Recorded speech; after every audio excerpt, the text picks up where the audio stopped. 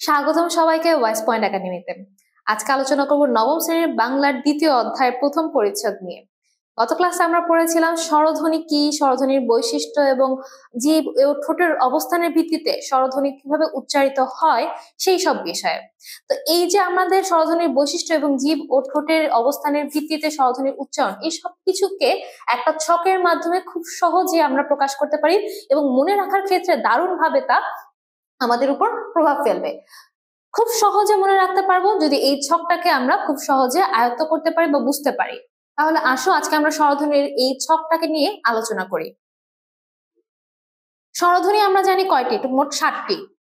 7টি স্বরধ্বনি উচ্চারণের ক্ষেত্রে জিভের অবস্থান এবং ঠোঁটের অবস্থান অত্যন্ত গুরুত্বপূর্ণ, এবং এই যে জিভের অবস্থান এবং ঠোঁটের অবস্থানের ভিত্তিতে এগুলোকে বিভিন্ন নামে নামকরণ করা হয়েছে।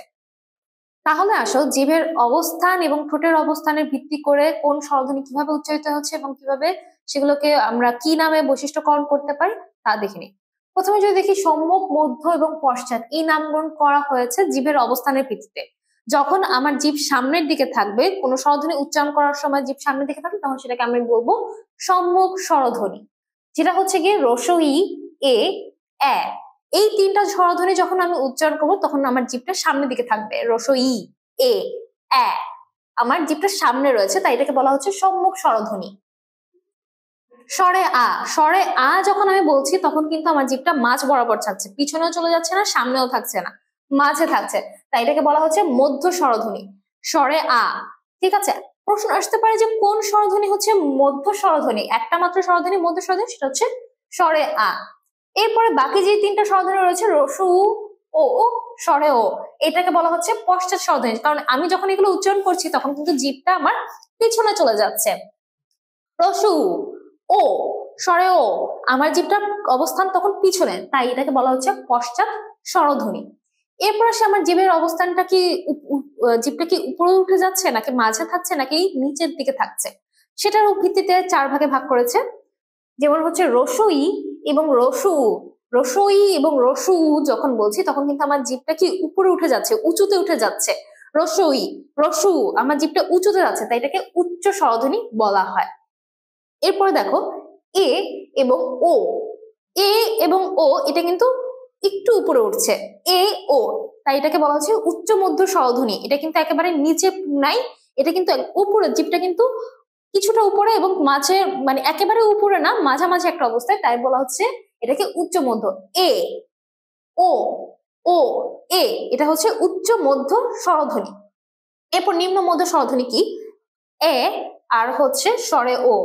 স্বরে ও আর এ যখন বলছি তখন আমার জিভটা কি একেবারে নিচে নেই, নিচের থেকে একটু উপরে, নিচের থেকে একটু উপরে কিন্তু একেবারে উপরেও নেই, তাই এটাকে বলা হচ্ছে নিম্ন মধ্য স্বরধ্বনি। এ, স্বরে ও, আমার উচ্চারণের ভিত্তিতে কিন্তু এটা জিভের অবস্থানটা নিচের থেকে একটু উপরে। এবং সর্বশেষ নিম্ন স্বরধ্বনি হচ্ছে স্বরে আ। স্বরে আ যখন বলছি জিভটা আমার নিচেই থেকে যাচ্ছে, নিচেই কিন্তু নেমে রয়েছে, জিভটা কিন্তু উঁচুতে উঠছে না বা মাঝেও কিন্তু নেই। স্বরে আ, স্বরে আ, আমার জিভটা নিচেই রয়েছে, আ যখন বলছি তাই এটাকে নিম্ন স্বরধ্বনি বলবো, নিম্ন মধ্য স্বরধ্বনি। ঠিক একইভাবে রস্যইকে যখন আমি বলবো তখন এটা হচ্ছে উচ্চ সম্মুখ স্বরধ্বনি, রস্যৌ হচ্ছে উচ্চ পশ্চাৎ স্বরধ্বনি, এ উচ্চ মধ্য সম্মুখ স্বরধ্বনি, ও উচ্চ মধ্য পশ্চাৎ স্বরধ্বনি, এ নিম্ন মধ্য সম্মুখ স্বরধ্বনি, স্বরেও নিম্ন মধ্য পশ্চাৎ স্বরধ্বনি। এইভাবে কিন্তু আমি জিভের অবস্থানের ভিত্তিতে স্বরধ্বনিগুলো এইভাবে আমি উচ্চারণ করতে পারি। এরপর আসি ঠোঁটের অবস্থার ভিত্তিতে। ঠোঁটের অবস্থার ভিত্তিতে আমার ঠোঁট কতটুকু গোল থাকছে, কতটুকু প্রসারিত হচ্ছে, সেভাবে কিন্তু আমি ভাগ করতে পারি।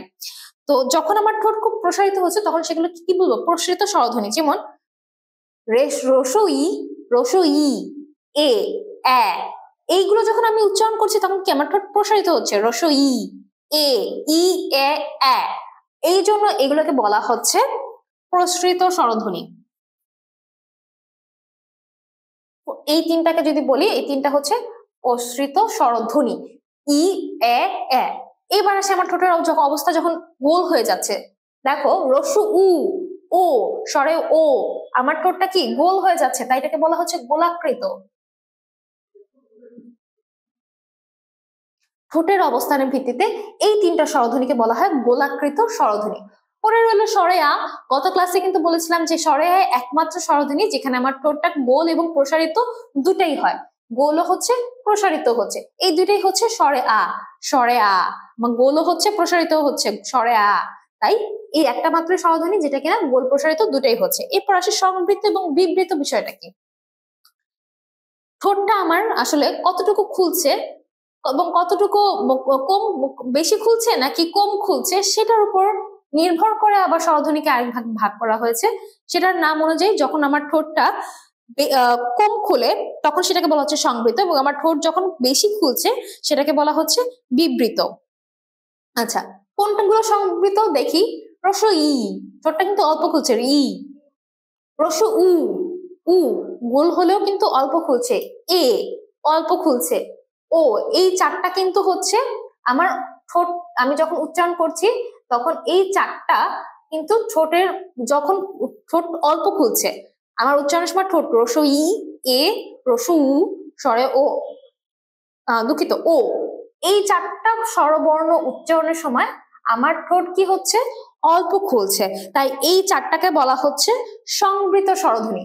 এটার নাম হচ্ছে সংবৃত, এই চারটাকে বলা হচ্ছে সংবৃত স্বরধ্বনি। এরপরে বিবৃত তাহলে কোনগুলো, এ, আমার ঠোঁটটা কি বেশি খুলছে, এ, স্বরে আ, স্বরে ও, আমার ঠোঁট বেশি খুলছে, এই যে আ, আ, এ এবং স্বরে ও, এই তিনটাকে বলা হচ্ছে বিবৃত, যেহেতু ঠোঁট বেশি খুলছে। তাহলে এই ছকটা মনে রাখলে আমি খুব সহজেই বুঝতে পারছি জিভের অবস্থান এবং ঠোঁটের অবস্থানের ভিত্তিতে আমার স্বরধ্বনি উচ্চারণগুলো কিভাবে হবে। তো স্বরধ্বনির এই ছকটা মনে রাখলেই কিন্তু আমি বুঝতে পারবো আমার প্রমিত ভাষার স্বরধ্বনির উচ্চারণগুলো কিরকম হবে এবং কোন স্বরধ্বনি কোন নামে আসলে আমি বিশেষায়িত বা পরিচয়করণ করতে পারি। তাহলে আমরা আজকের এই ছকটা আশা করি খুব সহজেই বুঝতে পেরেছো। এছাড়াও যদি কোনো সন্দেহ থাকে বা কোনো প্রশ্ন থাকে খুব সহজেই কিন্তু কমেন্ট বক্সে সেই কমেন্ট তোমরা করতে পারো।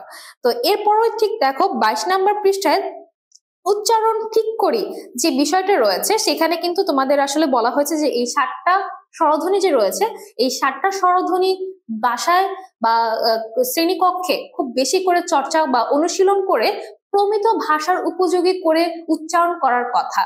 তো এইখানে হচ্ছে গিয়ে তোমাকে আসলে এই 7টা মূল স্বরধ্বনি উচ্চারণের অনুশীলন করতে বলা হয়েছে, এবং এই উচ্চারণের ক্ষেত্রে যেহেতু যদি কোনো ভুল না হয় সেজন্য কিন্তু দেখো পৃষ্ঠা নাম্বার 23-এ একটা ছক রয়েছে, এগুলো খুব বেশি বেশি করে পড়লে, খুব বেশি বেশি করে বললে কিন্তু তোমার উচ্চারণগুলো খুব সুন্দর প্রমিত ভাষায় কিন্তু কথা বলতে পারবে। তাহলে একটু দেখো এখানে যে আমি একটু বলে দিচ্ছি, এখানে কিছু শব্দ রয়েছে যেভাবে উচ্চারণ করব শব্দর পাশেই কিন্তু রয়েছে কিভাবে আমি উচ্চারণ করব। অনেক, অনেক, অনেক, আমি যে স্বরে ও এই উচ্চারণ কিন্তু আমি শিখেছি। তাহলে একাডেমি, একাডেমি এর উচ্চারণ কিন্তু আমি শিখেছি একাডেমি। একে একে, এই যে এই উচ্চারণগুলো এগুলো হচ্ছে প্রত্যেকটা যদি তোমরা অনুশীলন করো তাহলে খুব সুন্দর প্রমিত বাংলা ভাষায় তোমরা কথা বলতে পারবে বা উচ্চারণ করতে পারবে, তখন বাংলাটা শুনতেও খুব শ্রুতি মধুর হবে। তাহলে এগুলো তোমরা অবশ্যই অনুশীলন করবে। দ্বিতীয় অধ্যায়ের প্রথম পরিচ্ছেদ এ পর্যন্তই ছিল। এখান থেকে আসলে সম্ভাব্য কি ধরনের প্রশ্ন আসতে পারে পরবর্তী ক্লাসে সেগুলো নিয়ে আলোচনা হবে। সে পর্যন্ত সবাই ভালো থাকবে।